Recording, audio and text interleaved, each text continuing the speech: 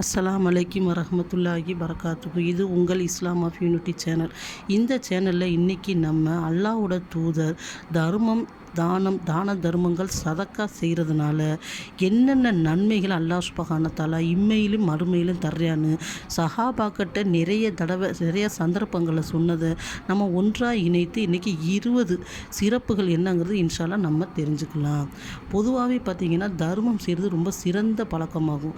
அல்லாஹ்வோட தூதர் சொன்னாங்க சஹாபாக்கிட்ட, யார் தனக்கு நோயாக இருக்கும் நிலையில் ஒரு மனிதர் தர்மம் செய்கிறாரு, அந்த தர்மத்தால் அல்லாஹ் சுப்ஹானஹு தஆலா ஒரு நோயை சரியாக்கிறார். இப்போ பொதுவாக நமக்கு தலைவலியோ காய்ச்சலோ ஏதோ உடம்பு சம்மந்தமாக ஏதோ ஒரு நோய் வந்தால் நம்ம ஆஸ்பத்திரிக்கு என்ன செய்கிறோம், 100 கணக்குலையோ லட்சக்கணக்குலையோ நம்ம என்ன செய்கிறோம், செலவழிக்க கூடியவர்களாக இருக்கும். அப்படி நம்ம ஆஸ்பத்திரிக்கு போகிற வழியில் எத்தனையோ யாசிப்பவர்களையும் எத்தனையோ இல்லாதவர்களையும் நம்ம பார்ப்போம்.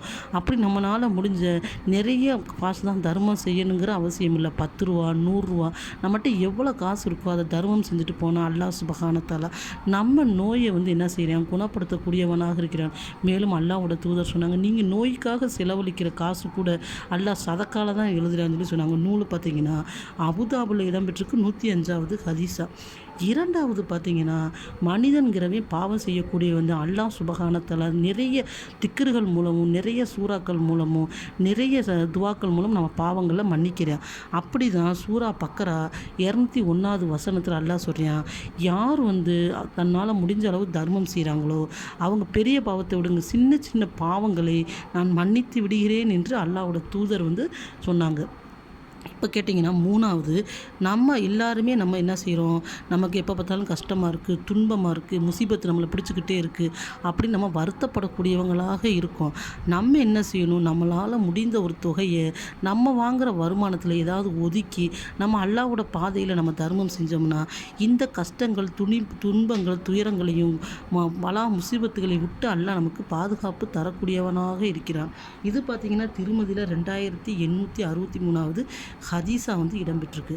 அடுத்து பார்த்திங்கன்னா 4வதா, பொதுவாகவே நிறைய பேரை நம்ம பார்த்துருப்போம், அவங்ககிட்ட நிறைய காசு பணம் இருக்கும், ஆனால் பயப்படுவாங்க, நம்ம தர்மம் செஞ்சோம்னா நம்ம காசு குறைஞ்சிரும் அப்படின்னு செய்து அவங்க மனசில் கெட்ட எண்ணத்தை போடுவாங்க, தர்மத்தை செய்ய விடாமல். அது மட்டும் இல்லை, அப்படி தர்மம் செஞ்சால் நம்ம குறைஞ்சிரும் சொல்லி நம்ம தர்மம் செய்ய விடாமல் நம்ம வாங்குகிற வருமானத்தில் பறக்கத்தே இல்லாமல் செஞ்சு நம்ம புலம்புறோம். எவ்வளோ காசு வாங்கினா நம்ம கையிலே இல்லை, நம்ம என்ன தான் சம்பாரிச்சா நம்மகிட்ட இல்லை, நம்ம புலம்பக்கூடியவங்களாக இருக்குது. இதுக்கெல்லாம் காரணம் என்னென்னு கேட்டிங்கன்னா நம்ம தர்மம் செய்யாததான். ஷைத்தானுடைய சூழ்ச்சியும் இந்த தர்மம் என்ன செய்யுது, நம்மளோட பாதுகாப்பு கிடைக்குது. இது பார்த்திங்கன்னா அகமதுல்ல 2262வது ஹதீஸா இடம்பெற்றிருக்கு. அடுத்து அல்லாஹ்வோட தூதர் சொன்னாங்க, நீங்கள் அதிகமாக தர்மம் செஞ்சுக்கிட்டே இருக்கீங்க உங்களால் முடிஞ்ச அளவு. அப்போ என்ன ஆகுன்னு கேட்டிங்கன்னா அல்லாஹ் சுப்ஹானஹு தஆலா ஒரு மலக்குமார் அவருக்காக நியமித்து, நீ இவருக்காக துவா செய்து கொண்டே இருப்பாயா என்று சொல்லுவாங்களாம். அந்த மலக்குமார் இவருக்காக ஒரு கேளுங்க, ஒரு மலக்கு துவா கிடைக்கணும், நம்ம எவ்வளோ ஒரு பாக்கியம் பெற்றுக்கணும். 1442வது ஹதீஸா இடம்பெற்றிருக்கு. இப்போ பொதுவாகவே நம்ம ஒவ்வொரு துவாவில் என்ன செய்வோம், யா அல்லாஹ் எனக்கு நல்ல மரணத்தை தருவாயாக, களிமாவோட மரணிக்க பாக்கியத்தையும், சக்கராத்துடைய வேதனை நீ லேசாக்குவாயாக, நல்ல அமல்கள் செய்கிற நிலையில் என்னை நீ மரணிப்பாக நம்ம துவா செய்வோம். அப்படி நம்ம துவா செஞ்சுக்கிட்டே இருக்கோம். அப்படி செய்கிற பட்சத்தில் நம்ம தர்மமும் செய்தோம்னா கெட்ட மரணம் எத்தனை பேருக்கு ஏற்படுதுன்னு கேட்டிங்கன்னா அல்லாஹ் பாதுகாக்கட்டும். கெட்ட மரணத்தில் இருந்தும் என்ன செய்தான், இந்த தர்மம் நம்மளை பாதுகாக்குதான். திருமதியில் 664வது ஹதீஸா இடம்பெற்றிருக்கா. அடுத்து நம்ம இந்த வாழ்க்கையை சிறப்பாக வாழ்ந்துட்டு நம்ம அடுத்து எங்கே போகிறோம், கபரோட வாழ்க்கைக்கு நம்ம போகிறோம்.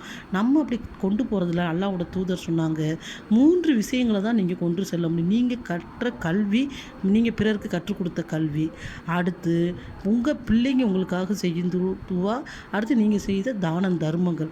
அப்போ நம்ம தானம் தர்மங்கள் பார்த்திங்கன்னா நம்மளை கபரோட வேதனையிலிருந்து பாதுகாப்பு கிடைக்குது.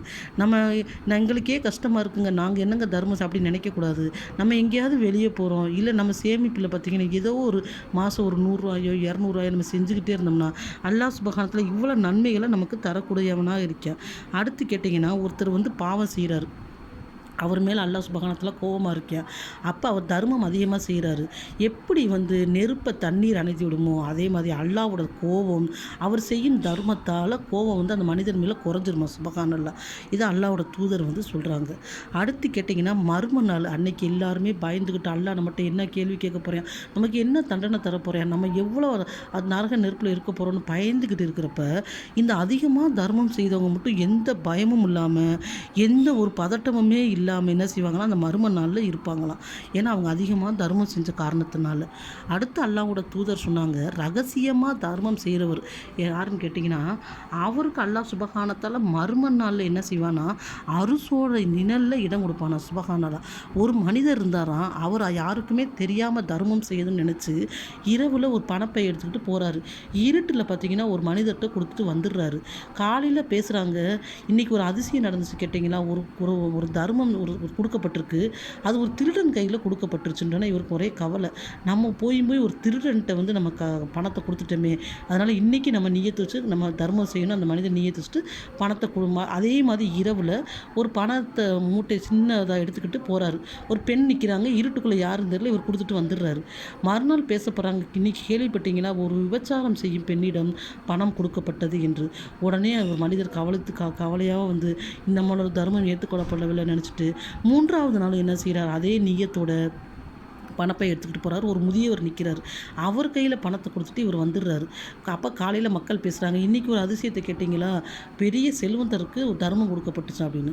அப்போ ஒரு கவலையோடு படுத்திருக்கப்ப கனவுல சொல்லப்பட்டுச்சா, நீங்கள் ஒரு வாலிபர்கிட்ட பணம் கொடுத்தீங்க, அவர் இது நாள் வரைக்கும் திருட்டை வந்து தொழிலாக செஞ்சுக்கிட்டு இருந்தார்.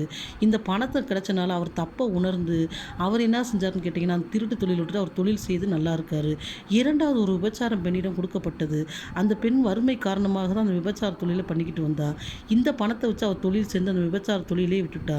3வது ஒரு வயதானவர்கிட்ட கொடுக்கப்பட்டது. அவர் மிகவும் கோடீஸ்வரர். அவர் இதுவரைக்கும் தன் வாழ்நாளில் தானம் தர்மம் எதுவுமே செய்யலை. இப்படி கொடுக்குறத பார்த்து இரவில் கூட ரகசியமாக தர்மம் செய்கிறாங்களே, நம்ம இவ்வளோ பணத்தை சேமித்து வச்சுட்டு நம்ம செய்யாமல் இருக்குமேன்னு சொல்லி அவரும் அல்லாஹ்விடத்தில் மன்னிப்பு கேட்டு நிறைய தான தர்மம் செய்தார் என்று சொல்லப்படுறது சுப்ஹானல்லாஹ். அப்போ எவ்வளோ ஒரு பாக்கியமாக இருக்குது பாருங்கள் ரகசியமாக தர்மம் செய்கிறது. அடுத்து அல்லாஹ் சுப்ஹானஹு வ தஆலா அதிகமாக தர்மம் செய்கிறவர்கிட்ட இருந்து நரக நெருப்பை சொல்லுவானா, நீ நரக நெருப்பை நீ வந்து அவர் தீண்டாத, அவருக்கு பாதுகாப்பாருன்னு சொல்லி அல்லாஹ் சுப்ஹானஹு வ தஆலா சொல்லுவானா. அதே மாதிரி ஒரு பொருள் இருக்கும், அதாவது ஒரு பொருளை வந்து ஒரு மனிதர் தர்மம் செய்கிறார். அவர் சொர்க்கத்தில் பார்த்தீங்கன்னா ஒரு பொருள் மாதிரியே 2 பொருள் வச்சுருக்காரு. அதான் அவருக்கு ஒரு பொருள் இஷ்டமாக இருக்குது, இருந்த பட்சத்துலேயும் அந்த 2 பொருளையும் அவர் தர்மம் செஞ்சுறாரு. அப்போ அவர் சொர்க்கத்தில் எந்த வாசல் வழியாக செல்லலாம் என்று அல்லாஹ்வோட தூதர் சொன்னாங்க. அதே மாதிரி நம்ம நினைக்கிறோம் தர்மம் செய்கிறனால நம்மளோட வந்து சொத்து சுகம் எல்லாம் அழிஞ்சு ஒன்றும் இல்லாமல் நம்ம நடு ரோட்டுக்கு வந்துடுவோம், நம்ம முட்டாளாயிரும். அப்படி கிடையாது. யார் தர்மம் செய்கிறார்களோ செய்ய அது ஒருபோதும் அழியாது என்று அல்லாஹ்வோட தூதர் சொன்னாங்க.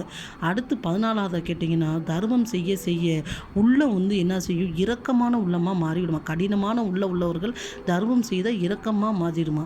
15வது கேட்டால் தர்மம் செய்யவர் பார்த்திங்கன்னா நல்லவர்களும் கூட நபிமார்கள் சஹாபாக்கள் நல்லடியார்கள் குணம் தான் தர்மம் செய்கிற சூரா பக்கரால அல்லாஹ் சுப்ஹானஹு வ தஆலா கூறியிருக்கான்.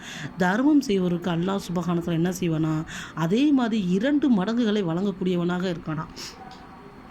அடுத்து கேட்டிங்கன்னா தர்மம் வந்து மர்ம நாளில் அதிகமான நன்மை, அதாவது தர்மம் செய்தோ அதிகமான நன்மை உடையவராக மர்ம நாளில் வருவாராம். அடுத்து ஒரு மனிதன் தர்மம் செய்வதனால் பொருட்கள் மட்டும் அல்லாஹ் சுப்ஹானஹு வ தஆலா இரட்டிப்பாக கொடுக்கறதில்ல, நன்மையும் 2 மடங்காக கொடுக்கிறான் என்று அல்லாஹ்வோட தூதர் சொன்னாங்க. தர்மத்திலே சிறந்த தர்மம் எது என்று ஒரு சஹாபி வந்து ரசூல் ஸல்லல்லாஹு அலைஹி வஸல்லம் கேட்குறாங்க. நீங்கள் உடல் நல்ல ஆரோக்கியத்தோடு இருக்கீங்க, உங்களுக்கு வந்து வறுமை வந்து நீங்கள் வறுமையாகவும் இருக்கீங்க, நீங்கள் ஒரு பணத்தை வந்து ஒரு மனிதர்கிட்ட எதிர்பார்க்குறீங்க, உங்கள்கிட்ட கையில் அளவாக கஷ்டப்படுறீங்க, இந்த 3 நிலைமையில் நீங்கள் ஒருவருக்கு தர்மம் செய்கிறீங்களே அதுவே சிறந்தது என்று கூறினார்களாம்.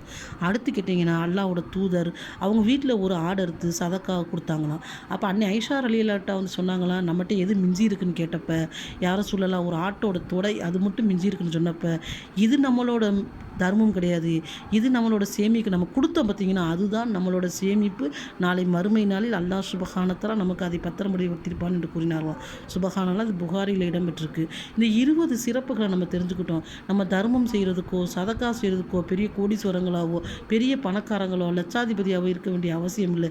சிறு தொகைகளை நம்ம என்ன செய்யலாம், நோயாக இருக்கிறப்ப இவ்வளோ காரியங்கள் இருக்குது, 20 காரியங்கள் நன்மைகள் அல்லாஹ் சுப்ஹானஹு வ தஆலா இம்மையிலும் மறுமையிலும் நமக்கு தர்றேன்.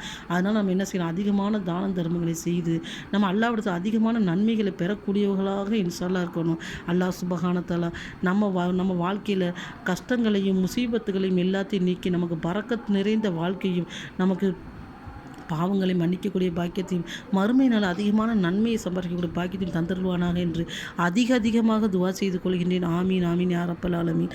அஸ்ஸலாமு அலைக்கும் வரஹ்மத்துல்லாஹி வபரகாத்துஹு.